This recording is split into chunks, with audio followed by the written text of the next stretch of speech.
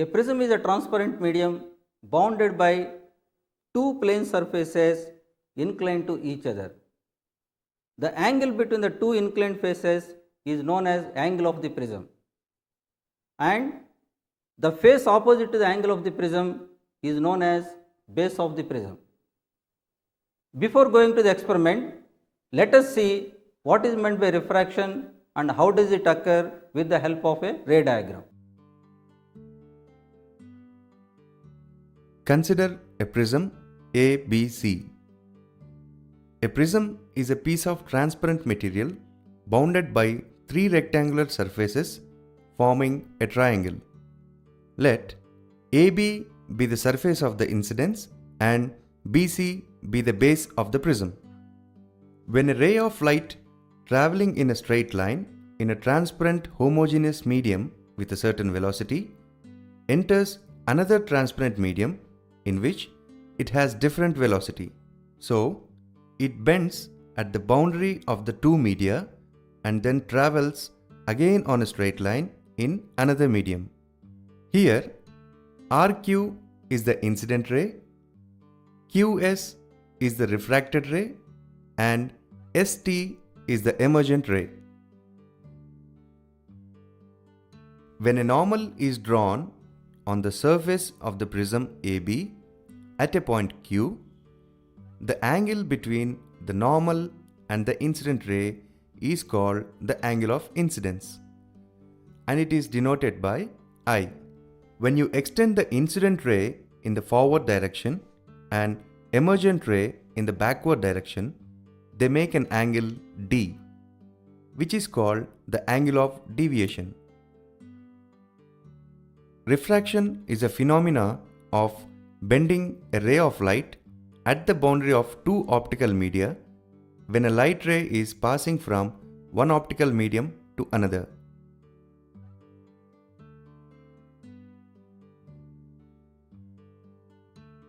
Aim: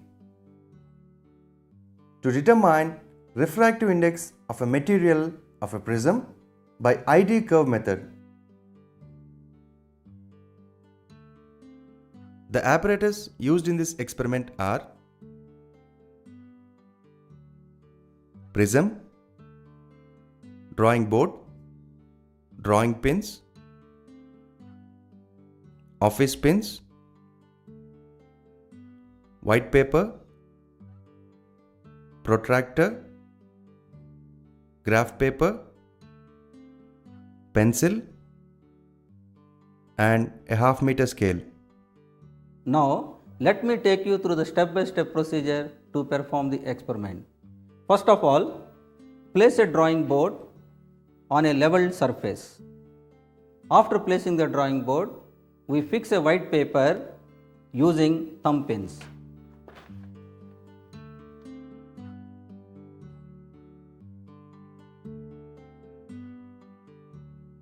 After fixing the paper, draw a line XY nearly at the center of the sheet.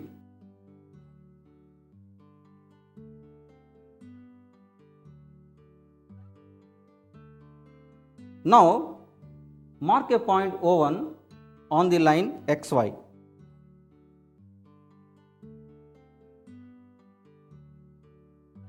After marking the point O1, draw a perpendicular at the point O1 using a protractor.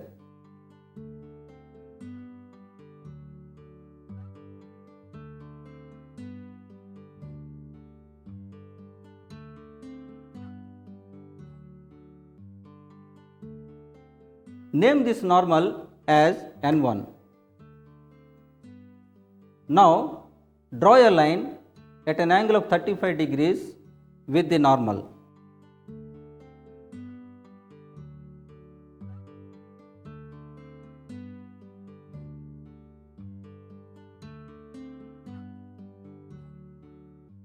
Name this line as L1.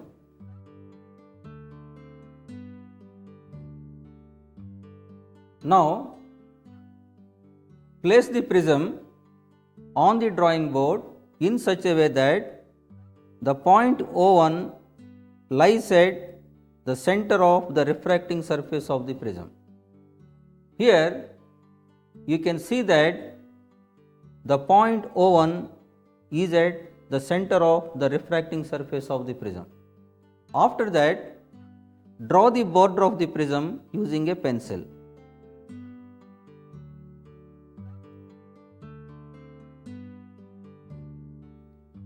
And then mark the corners of the prism as A, B and C.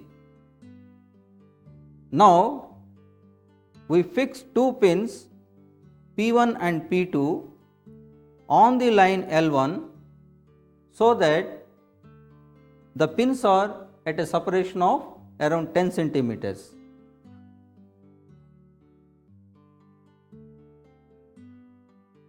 Now we replace the prism in its position.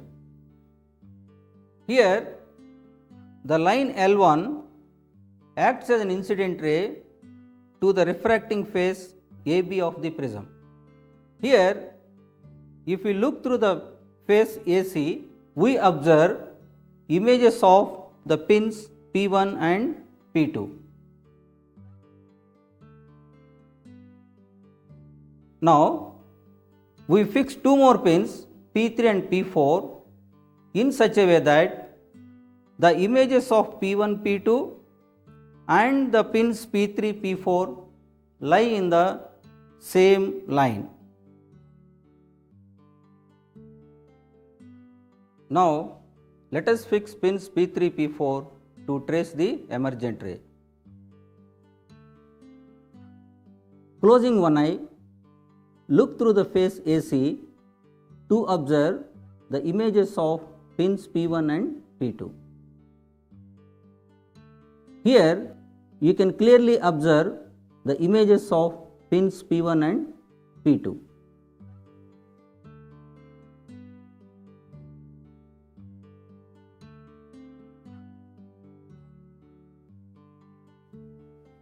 Now we fix pin P3 so that the images of the pins P1, P2 and P3 all lie in the same straight line.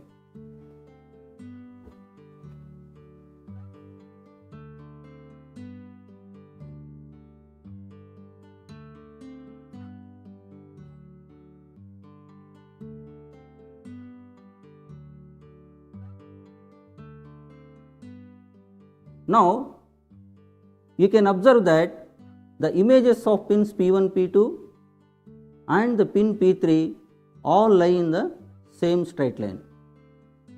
Similarly, we fix pin P4 so that the images of P1, P2, P3, P4 all lie in the same straight line.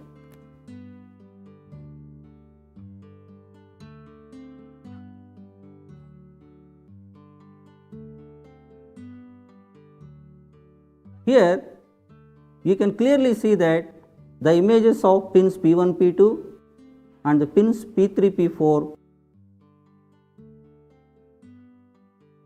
all lie in the same straight line. Now we find the angle of deviation for the particular angle of incidence. Now we remove the prism and the pins and encircle the positions of the pins using the pencil.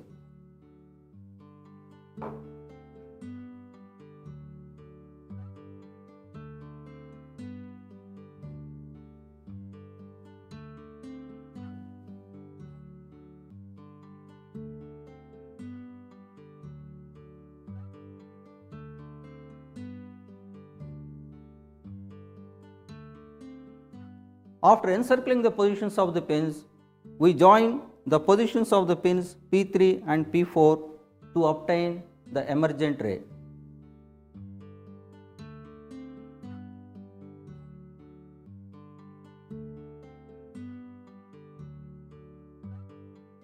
Name this emergent ray as M1. Now we extend the emergent ray in backward direction and the incident ray in the forward direction Now we measure the angle of deviation using the protractor.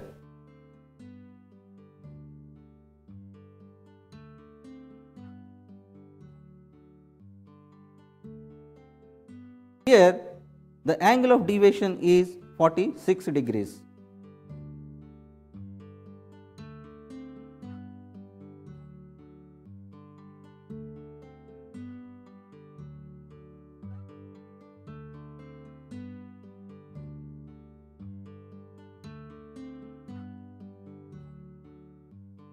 Now record the values of angle of incidence and the corresponding angle of deviation in the observation table.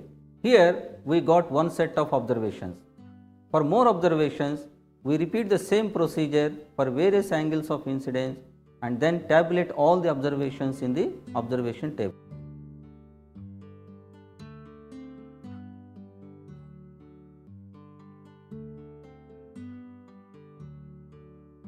Refractive index of prism. Observations.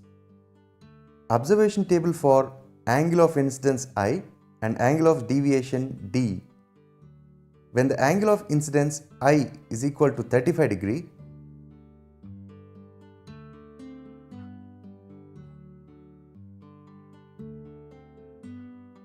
the angle of deviation D was 46 degree.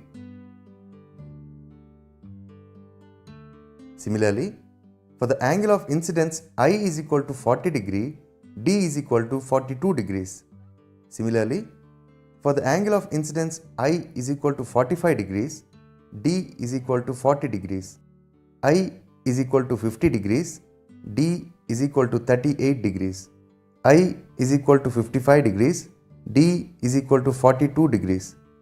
I is equal to 60 degrees, D is equal to 45 degrees.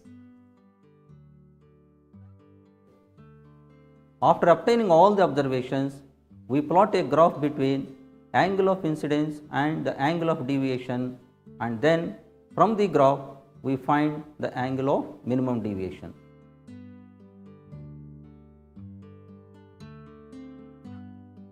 Using the values of I and D, we plot a ID graph, taking I angle of incidence on x-axis and D angle of deviation on y-axis.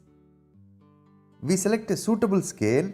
On x-axis 1 cm is equal to 5 degree, on y-axis 1 cm is equal to 5 degree, and origin is 30 degree, 30 degree. Now let us plot the points on the graph. For x is equal to 35 degree, y is equal to 46 degree. X 40 degrees, y 42 degrees. X 45 degrees, y 40 degrees. X 50 degrees, y 38 degrees. X 55 degrees, y 42 degrees. X 60 degrees, y 45 degrees. After plotting all the points on the graph, we need to join all the points using a free hand such that the line passes through the maximum number of points. Now, the lowest point on the line is identified and a perpendicular is drawn on the y-axis. The y-coordinates gives the value of angle of minimum deviation dm. Here, the angle of minimum deviation is 39 degrees.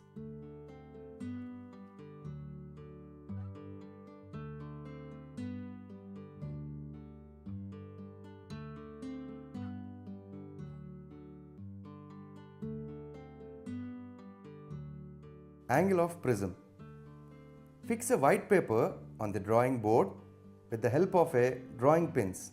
Now, place the prism on the paper and trace its edges and mark the corners as A, B, C. Draw two parallel lines such that A lies symmetrically between them. After that, fix two pins P and Q on one of the lines.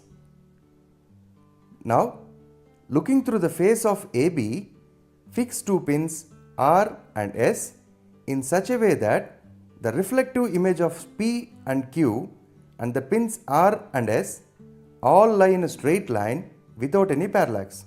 Here, PQ represents the incident ray and RS represents the reflected ray. Now, we repeat the same procedure on the surface AC.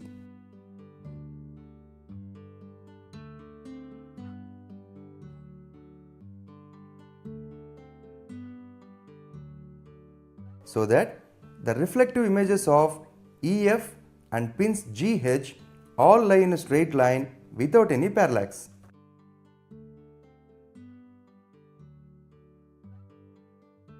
Extend the rays RS and GH backward so that they meet at a point O. Here, the angle ROG is twice the angle A of the prism.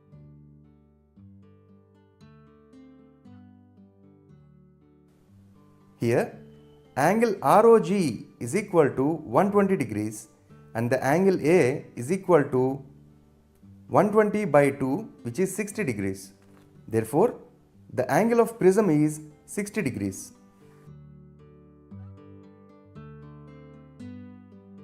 After obtaining the angle of prism A is equal to 60 degrees, we can now calculate the refractive index of the prism using the formula mu is equal to sin A plus dm by 2 by sin A by 2.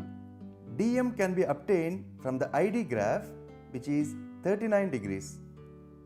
Therefore, mu is equal to sin 60 plus 39 degrees by 2 by sin 60 degrees by 2, which is mu is equal to sin 49.5 degrees by sin 30 degrees, which is 2 sin 49.5 degrees. Therefore, mu is equal to 1.520.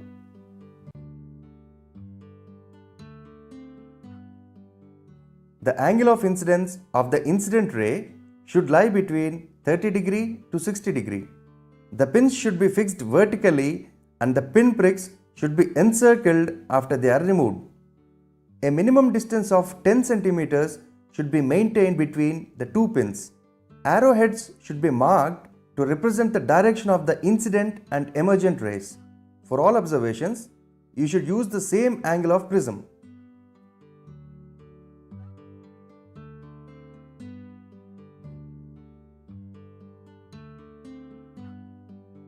Now you are able to determine the angle of minimum deviation of any given prism on your own without any doubt or hesitation. Thank you for watching this experiment.